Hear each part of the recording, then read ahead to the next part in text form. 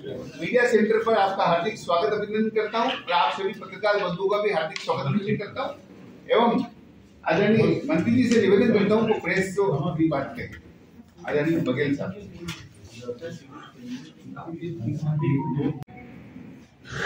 आज हमारे मध्य राजनीति का जाना कैसे तो 5 बार एमपी राज्यसभा मंत्री भी रहे, उत्तर प्रदेश से कैबिनेट मंत्री भी रहे। आप हम सबके मध्य हमारे मध्य राजी राव साहब, एमपी साहब, आपका भी सवाल वरिष्ठ नेता प्रमोद साहब,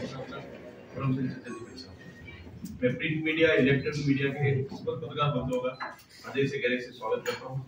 आज चूंकि हम सबको पता है कि भाई साहब वो जो केंद्र सरकार का जो बजट है उस बजट के बारे में हम सबका मार्गदर्शन करेंगे।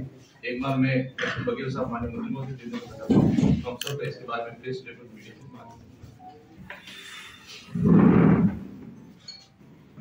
माननीय उदयपुर के लोकप्रिय सांसद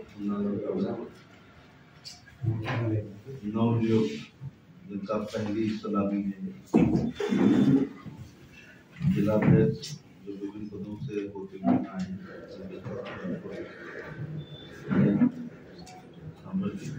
और इलेक्ट्रॉनिक और प्रिंट मीडिया के हवाले से भी लगभग बजट के बारे में आपको इसकी जान गए होंगे कि जिस दिन पेश हुआ था तो साल भर की जिज्ञासा होती है क्या होगा। लेकिन मेरे राजनीतिक जीवन के 7 कार्यक्रम 6 तो पार्लियामेंट में ही है, लेकिन स्टेट में भी बता दें इसको मैं सबसे अच्छा मानता हूँ। ऐसा जरूरी नहीं कि मैंने पिछली बार ये बात कही, क्योंकि ये सर्वग्राही इस देश की जान है मिडिल क्लास, इसका बहुत ख्याल रखना है। कुछ उद्योगपतियों की जिज्ञासा अलग रहती होगी, कुछ कॉमन मैन की रहती थी कि इनकम टैक्स में छूट क्या करेगी। 7 लाख तक थी तो 7.5 भी कर देते तो लोग खुश होते, 8 भी कर देते तो खुश होते। सीधे जो हर साल 1 लाख बढ़ाते तो 1 ही लाख उसको 12 लाख किया गया। तो प्रधानमंत्री जी के नेतृत्व में मार्गदर्शन में वित्त मंत्री जी ने जो बजट 25-26 पेश किया है तो विकास को बढ़ावा देने के लिए व्यापक योजना प्रस्तुत की। मुझे लगता है 2047 में आजादी के 100 साल पर जब अपनी स्वर्ण जयंती मना रहे होंगे, नंबर 1 इकोनॉमी की तरफ हम होंगे, सुपर पावर होंगे या विश्व गुरु के स्थान पर होंगे, तो वो एक दिन में नहीं होता है। उसका रोड मैप इस बजट में बहुत दिखाई पड़ा है। मुझे नहीं लगता कि 2047 तक में ही करूँगा, लेकिन उसकी बुनियाद बहुत मजबूत करती है। आने वाली सरकारों के कंधे पर एक बड़ी जिम्मेदारी है। तो एक ये सर्विस क्लास पे गेस्टेड अफसरों की संख्या बहुत कम होती है। जैसे उदयपुर में जिलाधिकारी 1 होंगे, 4-5 एडीएम होंगे, लेकिन पटवारी बहुत होंगे, क्लर्क्स बहुत होंगे। ऐसी एक सीएमओ होगा, कुछ डॉक्टर होंगे, लेकिन एसएसपी या कमिश्नर सिस्टम हुआ तो कुछ डिप्टी एसपी होंगे, लेकिन कॉन्स्टिट्यूएंसी बहुत ज़्यादा होगी। मुझे लगता है फायदा भी नॉन रेजिडेंट ही होता है, तो उनका बहुत ख्याल रखा गया है। और मुझे लग रहा है कि जो लोग इनकम टैक्स की चोरी करते थे तो पिछली बार तक वो 6,99,000 अपनी दिखाते थे, क्योंकि 7 लाख पे टैक्स लग जाएगा। अब देख लेना इस बार उनकी आय कितनी हो जाएगी, वो 11 लाख के आसपास दिखाएंगे, तो ये पैसा पब्लिक डोमेन में है। पैसा मनी रोटेट करता है।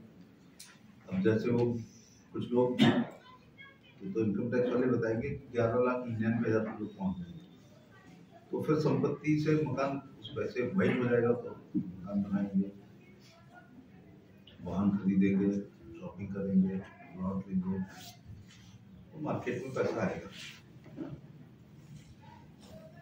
तो मध्यम वर्ग का जो 5 लाख से 12 लाख किया है, ये बहुत बड़ा इम्पैक्ट पड़ा है। गरीब युवा, किसान, महिला, कमजोर वर्ग मिली है।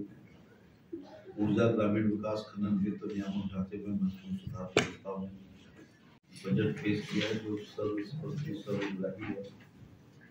लेकिन विपक्ष के लोग बजट पेश होने से पहले एक प्रेस नोट बना देते हैं। किसी बड़े नेता से कहा गया कि प्रेस उसको बजट के बाद करा नहीं, मेरा तो फ्लाइट है, वायरल मत करना, वायरल करना बजट के बाद। लेकिन मैं पहले से बता दे रहा हूँ कि ये किसान विरोधी है, छात्र विरोधी है, महिला विरोधी है, आदिवासी विरोधी है, उद्योगपति विरोधी है। लेकिन करना ये जब बजट पास हो जाए, तो ऐसा नहीं हो सकता है कि संपूर्ण विपक्ष बजट के दौरान चर्चा पे इसको टोटल नकारात्मक बताते हैं। ऐसा कैसे हो सकता है? और पक्ष इसको अच्छा बताते हैं। बजट देश ने एक कंठ होकर इसको सराहा है, उसका दिल्ली के चुनाव में सीधा प्रभाव। फिर भी वो जो 80,000 लोगों का जो संख्या है वो गिरने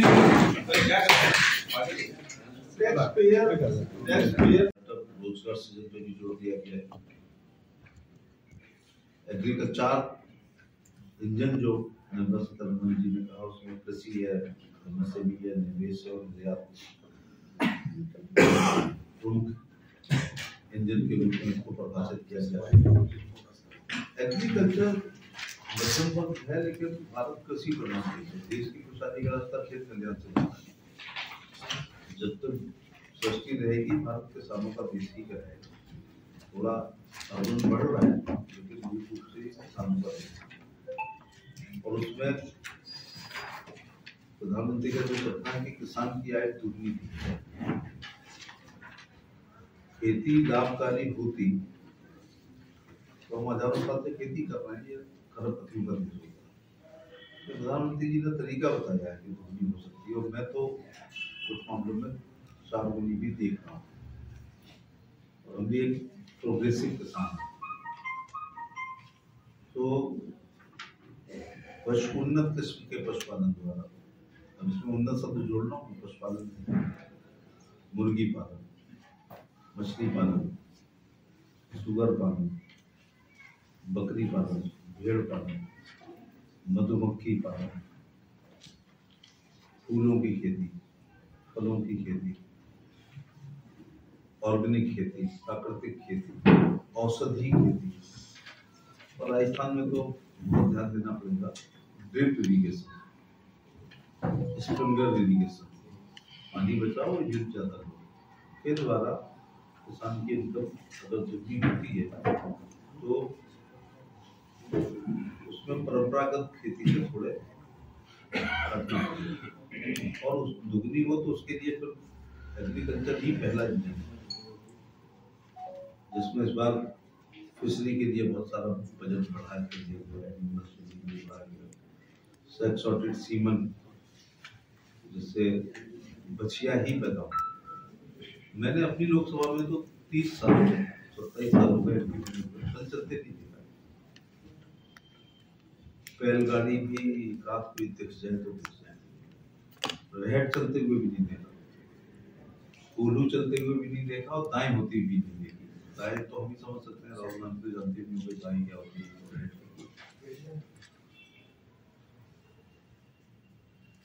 तो यंत्रों ने बैल को यूजलेस कर दिया। ट्रैक्टर आया तो बैलों का हल चला गया और बैल बिजी नहीं। पानी का पंपिंग सेट आया, मोटर आई तो गायब।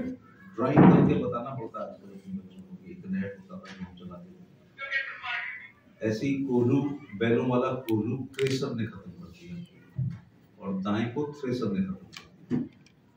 तो यूजलेस है, इसलिए प्राइसलेस है। इसलिए प्रधानमंत्री जी की बड़ा दिल के करीब है कि सेक्स सॉर्टेड सीमन के द्वारा कृत्रिम गर्भाधान के द्वारा बछिया ही पैदा करो, और उसके रिजल्ट आ गए। एक समय जब हम लोग छोटे थे तो ये था ही नहीं, कृत्रिम गर्भाधान था लेकिन नॉर्मल सीमन था। तो इसमें अंदाजा लगाते हैं कि 50% मेल 50% फीमेल। एक समय बैल इतना लाभकारी था कि किसान पे 2 बैल नहीं होते थे, एक बैल हमारा और एक आपका। हमने ऐसी भी खेती की है, एक भैंसा हमारा, आपका एक भैंसा। तो एक भैंसा हमारा, आप पे भैंसा भी नहीं है, तो भैंस जब तक गर्भ नहीं धारण कर रही है उससे भी हल चलाया जाए। साहित्य समाज का दर्पण होता है, मदर इंडिया देख कर लगता है कि नरगिस अपने कंधों पर हल चला रही है। और 50 साल में ये परिवर्तन आया, संजय दत्त अगली जनरेशन में हजारों की संख्या में निःशुल्क उनको बछड़े दिए जाते थे। एक समय बछड़ा पैदा होने पर मिठाई बांटी जाती थी, सोहर के गीत गाए जाते थे ढोलक पे, और किसी की गाय 3-4 साल बछड़ा दे दे तो बड़ा आदमी माना जाता था, क्योंकि बैल बहुत महंगा था। मशीनों के आने से पोमेरियन कुत्ते की कीमत फिर भी 5000 है, लेकिन बछड़ों की इसलिए नहीं गई क्योंकि ना बैलगाड़ी, ना हल, ना बैठ, ना कोल्हू, ना दाएं। इसलिए प्रधानमंत्री जी कई बार आह्वान कर चुके हैं किसान लोग जब अपनी गाय का गर्भ धारण कर रहे हैं तो कृत्रिम गर्भाधान के द्वारा वर्गीकृत वीर्य इस्तेमाल कर रहे हैं। तो रिजल्ट आ चुका है, 90% बछिया ही पैदा होगी। जब गाय पैदा होगी उसमें एक और गारंटी है, सड़क साफ बच्चा नहीं होगा। या तो वो बच्चा जो आप चाहेंगे गिर का होगा, या थारपारकर का, या हरियाणवी का, ये बच्चा होगा, या साहिवाल का। मुझे लगता है राजस्थान में थारपारकर मैं देखूँ तो 7-8 साल रहेगी, दूध देगी। दूध से दुनिया बहती थी, ये कहावत हो सकती है, लेकिन दूध की जो प्रधानमंत्री का योजना है कि दूध की नदियाँ बह जाएगी 5 साल के अंदर।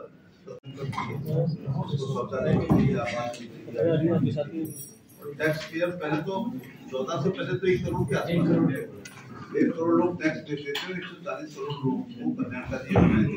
अब 7 करोड़ क्या है, तो हमें हमेशा ध्यान रखना होगा। कुंभ में जाए तो जरा कुंभ में जाए तब ये देखिएगा कि जो आपके सामने से जनता आ रही है, उनके कपड़े, उनके जूते चप्पल, उनका पहनावा, उनका पोषण। तो मुझे लगता है कि अभी जरूरत है कि 80 करोड़ लोगों को 5 करोड़ शौचालय, सड़क पर शौच करती हुई महिला को हमने तो बहुत देखा है, हमारी दादी नानी भी जाती थी तो शौचालय की जरूरत था। छप्पर में, पॉलीथिन में, सोते हुए कपड़े में लोगों को देखा है तो आवाज की जरूरी था। फिर खेत बेच के इलाज कराते हुए 3 रुपए सैकड़े पे भी हमने बहुत देखा है, क्योंकि मेरे को छोटे गाँव में पैदा हुआ तो आयुष्मान कार्ड भी बहुत। इसी प्रकार से MSc तक हमने लालटेन में किए, तो सौभाग्य की बिजली बहुत जरूरी थी। और घर में कुछ हो या ना हो, किचन में फूकनी जरूर होती थी, तो हम लोग तो गायब हो जाते थे, खाना बनने भी लौट के आते थे। लेकिन दादी नानी तो मुखिया भी खूब दुनिया में, तो मुझे लग रहा है उज्ज्वला का सिलेंडर भी जरूरी है। तो व्यापक है, रिलैक्सेशन मिला है, लेकिन हमेशा ध्यान रखना पड़ेगा कि मात्र 12,000 का शौचालय के लिए 12 करोड़ लोगों ने आवेदन किया है। वैसे वालों का वॉश बेसिन जितने में आता है उतने में प्रधानमंत्री आवास के लिए आवेदन करते हैं और खुश होते हैं। इमरजेंसी में घूम रहा था तो एक महिला का रोको, जरा रुक जाओ, जबरदस्ती रोक दी। जब कोई 7 बार टीम जाता है ना तो वो गार्जियन टाइप का हो जाता है, फिर वो एक्सियन नहीं रहता। मैं आप एक्सियन से ऊपर हो गया हूँ अपनी समझ के। अब किसी का चाचा हूँ, भाई हूँ, बेटा हूँ, ये रिश्ते बहुत बढ़िया है, भतीजा हूँ, तो जबरदस्ती रोक लिया। तो पार्लियामेंट में भी शायद कहा, तो हाँ मैंने कहा गरीबों का घी भी नहीं होता है, सरसों के तेल से आरती उतारने लगी। और यूपी में आरती वारती का रिवाज नहीं है, वोट मिल जाए यही बहुत है। बहुत ज्यादा ये ऐसा नहीं होता बहुत शॉल पहना है, बहुत साफे बांधे हैं, या बहुत आरती या नारियल दें, ऐसा ज्यादा हमारे यहाँ कल्चर नहीं है। तो मैंने कहा क्यों इतनी खुश हो रही हो, कहे प्रधानमंत्री ने हमें आवास दिया है।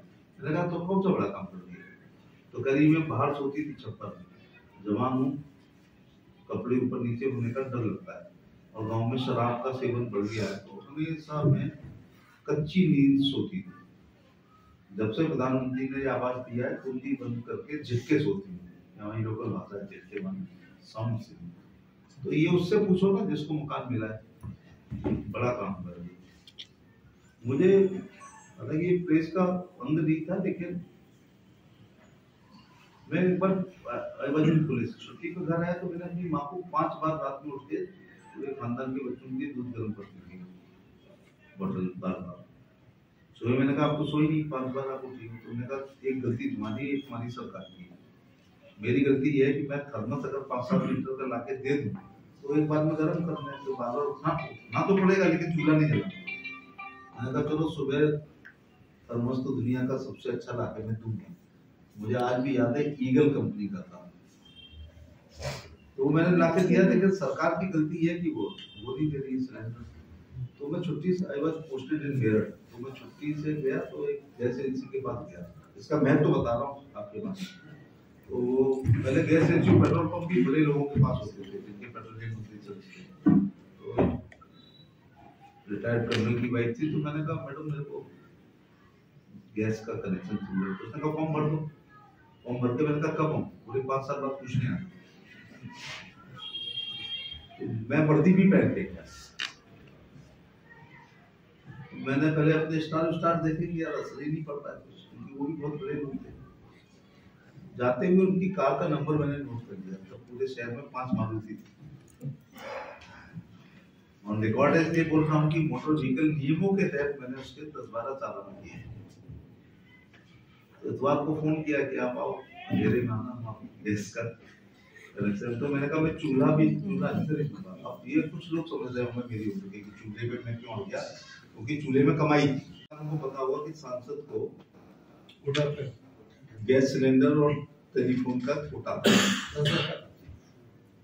साल में 3 बार मिलता था, वो 40-40 120 बड़ी सुंदर सी बुकलेट थी। गिरजा व्यास जी को मिलता होगा, किरण माहेश्वरी को भी मिलता होगा। मैं उसी समय गए, जयपुर में गिरधारी लाल भार्गव होते थे, रासो सिंह अजमेर होते थे, और भरतपुर धौलपुर में हमने सब राम स्वरूप कोहली या बहादुर सिंह कोहली होते थे। खैर हम उस जमात के लोग हैं जब हमें ये मिलता था।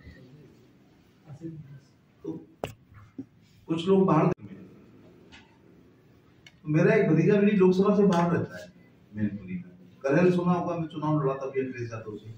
करेल तो करेल में है डिडोडी में। तो उसने कहा चाचा मेरे को गैस कनेक्शन चाहिए। मैंने कहा यार आगरा तो दिल्ली सब एमपी था, मेरी लोकसभा से बाहर में तुम्हें दे नहीं सकता। तो वहाँ के एमपी भी हमारी पार्टी के थे, बलराम सिंह यादव।